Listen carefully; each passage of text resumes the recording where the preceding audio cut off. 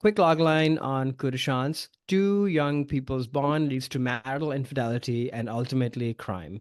Starring all French actors that I'd never heard of before. This movie, I think, debuted at some film festivals late last year and is finally now coming to theaters and VOD and such this year. This movie, I think some would say, if you can, remove the artist from the art, it's like a breezy, fun romance sort of movie. It's looks beautiful. It has like a great cinematographer behind it, as Woody Allen tends to do. He works with great cinematographers, so it looks beautiful. I think it's very well acted, but you can sort of feel that even though it's breezy and totally fine, and maybe it does have some ideas behind itself. I mean, the name of the movie in English translates to Stroke of Luck.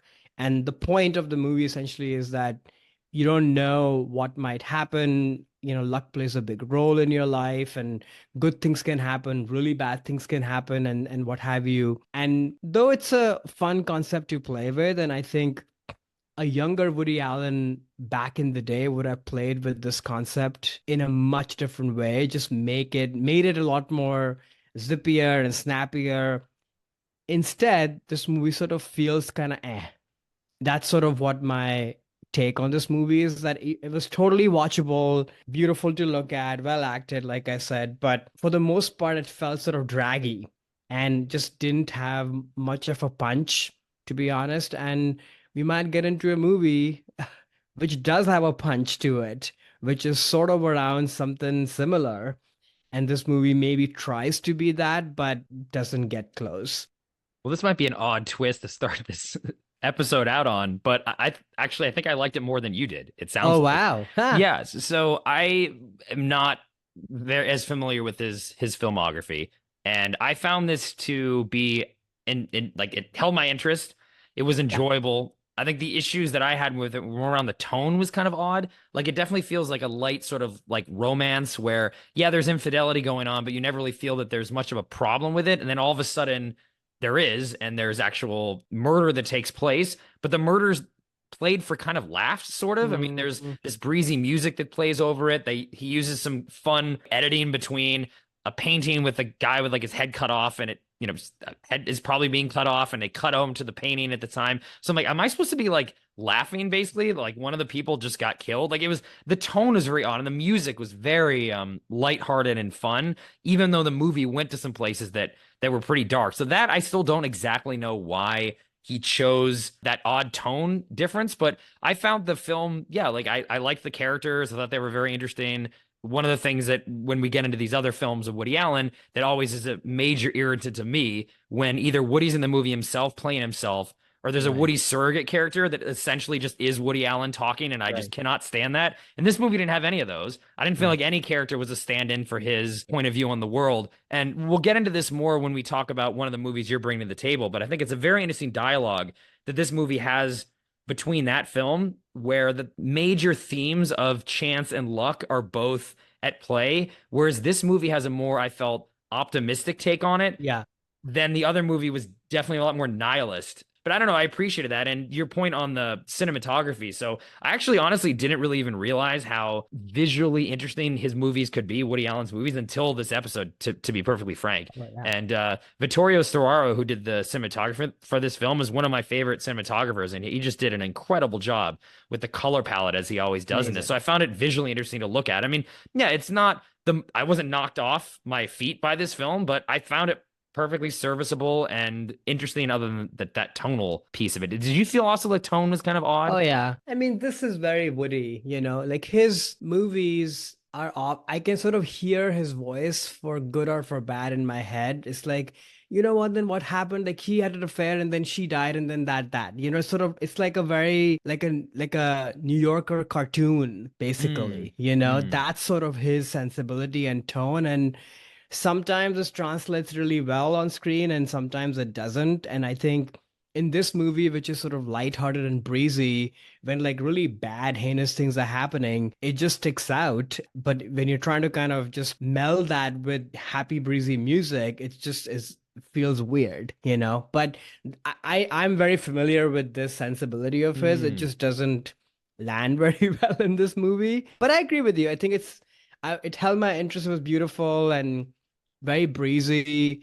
I just think he, in his younger days, Mhm. just had so much more to say, and there's so many layers and depth to his movies that this doesn't. And this Mm. is a very interesting concept. And I do totally agree. Like, it's more optimistic, which is not something that Woody is known for. I mean, sometimes he's done like happy endings, but oftentimes he hasn't. So it's nice to see that. But he could have played a little more with the layers of this movie, and those aren't there. But you know what? As I'm thinking about it and talking to you about this, not every movie has to be that way. You know, Mhm. sometimes like watching a beautiful movie set in Paris, looking at beautiful people, going through some of the other trouble, what have you, could be a fun time at the movies.